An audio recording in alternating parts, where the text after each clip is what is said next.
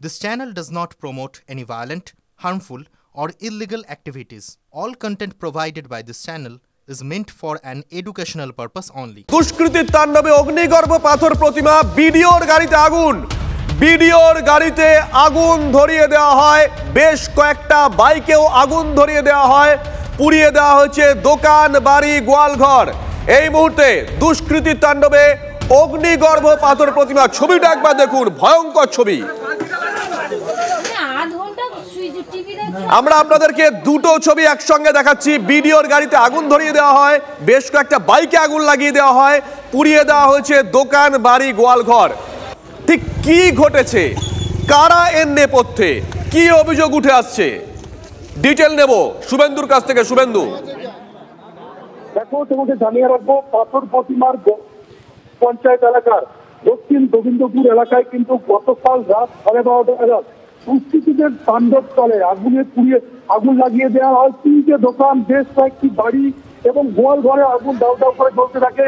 বেশ কয়েকটি গবাদি পশু জ্যান্ত অবস্থায় পুড়িয়ে মারা হয় পশুকেও।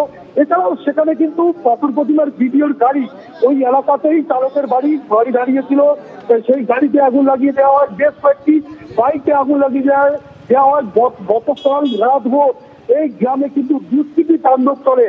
তবে আজকের খবর পেয়ে আজকে সকালে ঘটনাস্থলে পৌঁছায় পাথর প্রতিমার তৃণমূল বিধায়ক সমীর দ্বারা। তিনি কিন্তু জানিয়েছেন যে এটা মেনলি একেবারে দুষ্কৃতী তাণ্ডব চালানো হয়েছে, কারণ এই যে যারা আক্রান্ত বাসিন্দা, তাদের এক পক্ষ রয়েছে তৃণমূলের এবং আরেক পক্ষ বিজেপির, তাহলে সকলেই আক্রান্ত হয়েছে।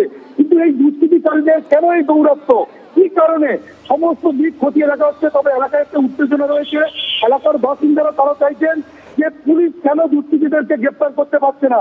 গতকাল রাত 12টা থেকে এত বড় কাণ্ড ঘটানোর পরও দুষ্কৃতীরা কোথায় গা দেখা দিল এবং কেনই বা তাদের উপর আক্রমণ চালানো হলো, সেটা কিন্তু পুলিশ সমস্ত দিক খতিয়ে দেখছে। বিশাল পুলিশ বাহিনী গ্রামে পৌঁছেছে এবং এলাকার বাসিন্দারা কিন্তু একেবারেই উত্তেজিত। তারা চাইছে এই দুষ্কৃতীদের যত সম্ভব তাড়াতাড়ি গ্রেপ্তার করা হয়। সঙ্গে থাকো শুভেন্দু, তোমার কাছে আবার আসবো। এই মুহূর্তে যে খবর দিকে নজর রাখছি আমরা, দুষ্কৃতী তাণ্ডবে অগ্নিগর্ভ হয়েছে পাথর প্রতিমা। বিডিওর গাড়িতে আগুন ধরিয়ে দেওয়া হয়, বেশ কয়েকটা বাইকে আগুন ধরিয়ে দেওয়া হয়, পুড়িয়ে দেওয়া হয়েছে দোকান, বাড়ি, গোয়ালঘর। ঘটনাস্থলে পৌঁছে যান স্থানীয় বিধায়ক। দ্রুত দোষীদের গ্রেপ্তারের দাবি করেছেন তিনি। নামটা কি? শক্তিপদ মালের দোকানে, চায়ের দোকানে আগুন ধরে যায়। তখন দৌড়ে আসি, দৌড়ে এসে সবাইকে ডাকাডাকি করার পরেই 3-4 জন এসে দরজা ভাঙতে বলি, দরজা ভেঙে যখন দুটো সিলিন্ডার বার করেছি, তারপরে আমরা জল টল দিয়ে নেমানোর চেষ্টা করছি, আর ভেতরে ঢোকা যায়নি। বিভিন্ন আরো কিছু আছে 8-9 জায়গায়, কিন্তু ভিডিওর গাড়িতে আগুন ধরে দেওয়া হয়েছে। কেউ ধরিয়ে দিয়েছে এরকম একটা প্ল্যান। আমি তখন যাই ওপারে, কৃপা সিন্ধু ভূঁইয়া, ওনাদের বাড়িতে গরু একটা মারা যাচ্ছে। আর কোথায় কোথায় আগুন লাগানো হয়েছে? আগুন লাগানো হয়েছে, ওটা লাগানোই তো হয়েছে, বোঝা যাচ্ছে। কৃপা সিন্ধু ভূঁইয়ার বাড়িতে স্পেশালি, আর ওপারে লক্ষণ গায়েন ওনাদের বাড়িতে হেসেলটা মোটামুটি ক্ষতি হয়েছে, আর এনাদের বাড়িতে গোয়ালটা এফেক্ট হয়েছে।